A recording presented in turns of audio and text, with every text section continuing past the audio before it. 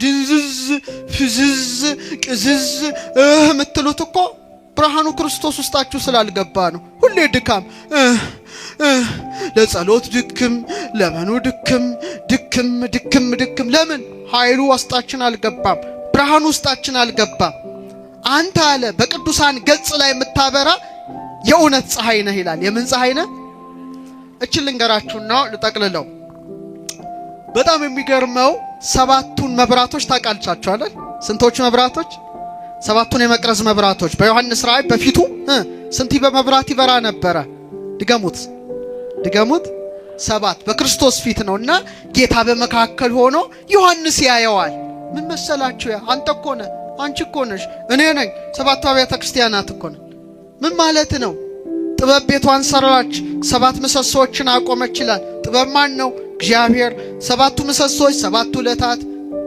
ብቻ ይምሰላችሁ ጥበብ ማን ነው ክርስቶስ ቤቱ ማንነን እኛ ሰባት ምሰሶች ምንድነው ካንገታችን በላይ ያሉት መብራቶች ስንት አይኖች አሉን አገሩ ስንት ጆሮዎች አሉን ስንት ያፍንጫ ቀዳዳዎች አሉን ስንት አፍ አለን በድምሩ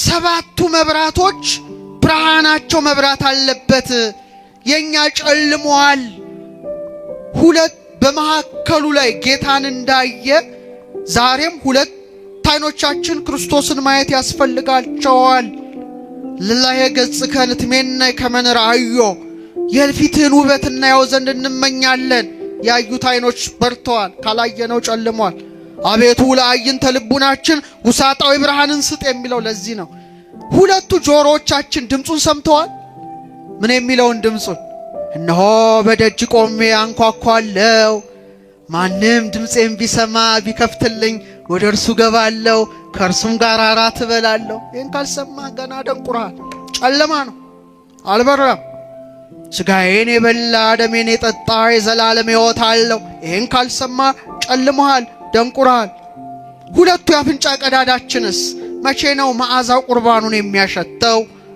መቼ ነው መሲሁ ጋር ጠጋ ብሎ ባፍንጫው የሚያሸተው አፋችን ሚበላው ሚጠጣው ይሰማችሁ ነው እስራኤል የበጉን ደም በመቃናቸውና በጉበናቸው ላይ ቀብተው መልአከ ሞሴ ፈርቶ ሄደ ይላል በመናቸው ላይ በበርላቸው እስቲ በሉት ድገሙት ፈራ ደሙን ሲያይ ሊቃውን ሲተረጉሙት ያ በርል ማለት የክርስቲያኖች አፍ ነው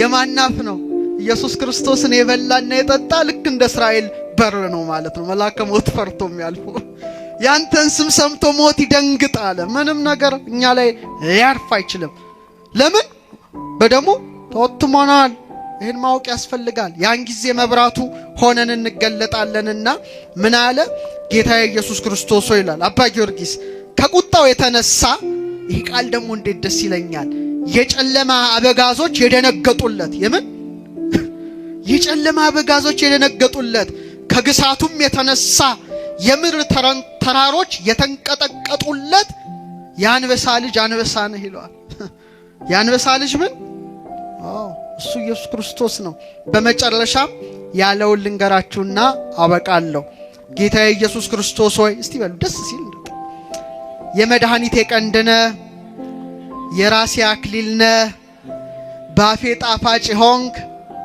የሕይወት እንጀራነ ለጉሮሮዬ ጣፋጭ ሆንክ የሕይወት ጽዋነ ያልተሸመነ ያልተፈተለ ልብስ አንተነ አቤት ይቀጥላል አንተ ሊቀ ካህናት ነህ አንተ ንጉሠ ነገሥት ነህ አንተ የዳዊት ልጅ ነህ አንተ የአብርሃም ልጅ ነህ አንተ የአቤ ባህሪ ልጅ ነህ አንተ የድንግል ማርያም ልጅ ነህ አንተ የእረኞች አለቃ ነህ አንተ የምትናገር በግ ነህ አንተ ፍሪዳ ነህ አንተ ሕይወት ቀንድ ነህ አንተ የብርሃን ኮከብ ነህ አንተ የጽድቅ ፀሐይ ነህ አንተ የመድኃኒት ጽዋ ነህ ይሄ ሁሉ የማን ነው ኢየሱስ ስሙ ነው ምስጋና ለሱ በዚሁ አጋጣሚ አሁን ያለንበት ወር ምን ይባላል ፍጠን ታህሳስ አቤት እንዲች ሀገር በጣም የተቀደሰች ሀገር ናት በቃ እኔ ቅዳሴ እግዚአብሔርን ስሰማው እድላቸው አንተ ብቻ ነህ የሚለው ለኢትዮጵያ ነው የተሰጠው። እድላችን እሱ ብቻ ነው። ዓለም እድሏ ክርስቶስ አይደለም። አይምሰልህ። ውሸት።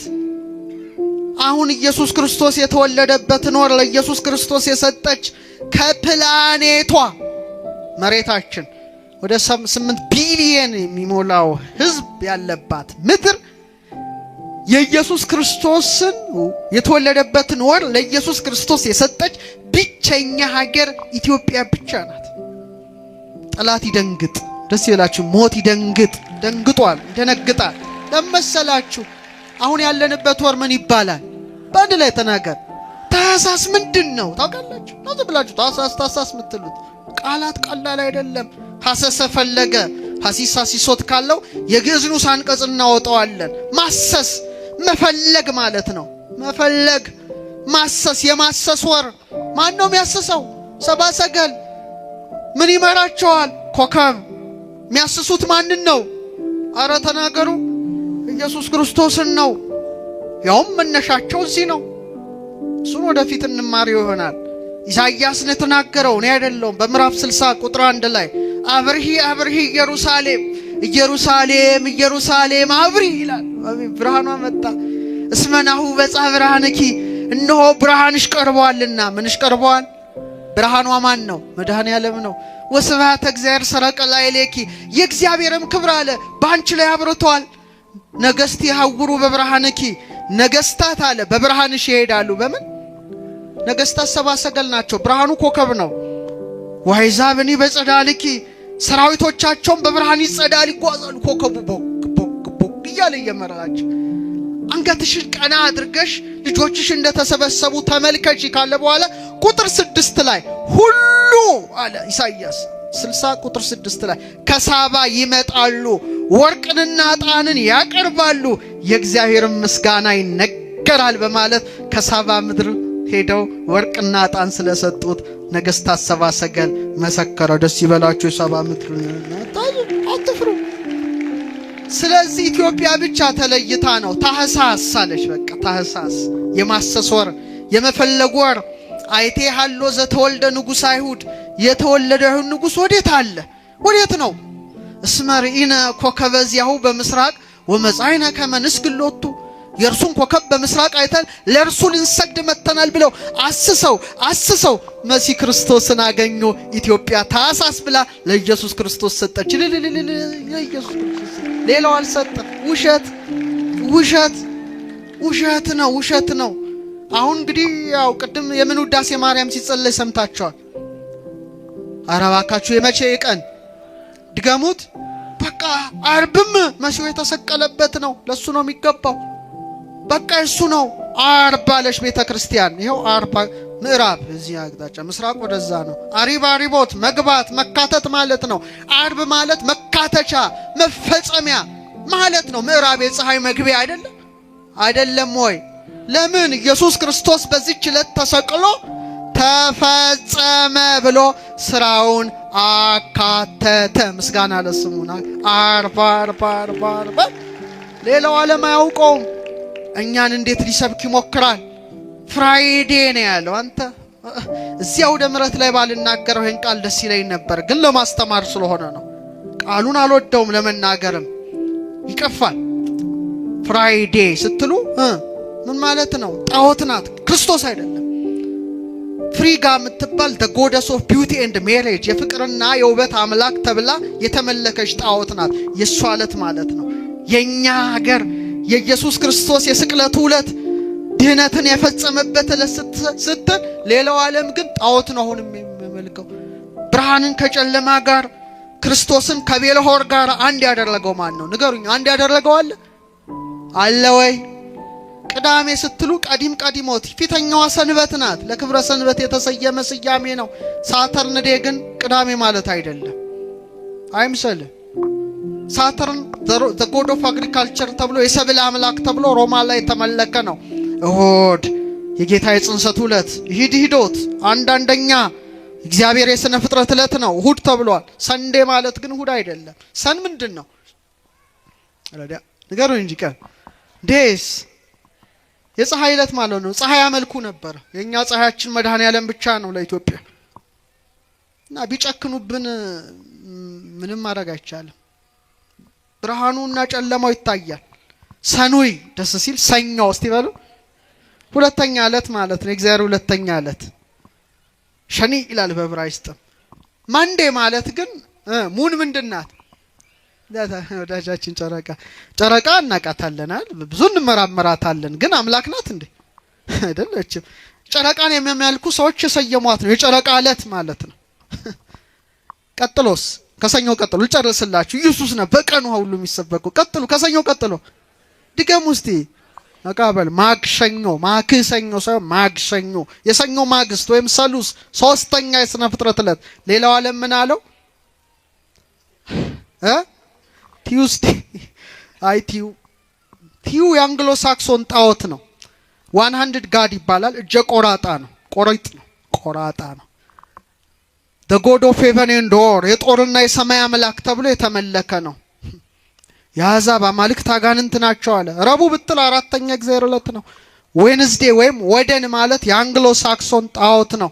የድል አምላክ ተብሎ የተመለከ ነው። ሐሙስ ብትል አምስተኛ እግዚአብሔር የሥነ ፍጥረት ዕለት ነው። የባህር ፍጥረታትን ሥላሴ ያስገኝቷል በቃላቸው። ሌላው ዓለም ግን ተርስዴ ነው ያለው። ቶር የኖርዌይ ጣዖት ነው እና ኖርዌይ ሊሰብከኝ ይሞክራል።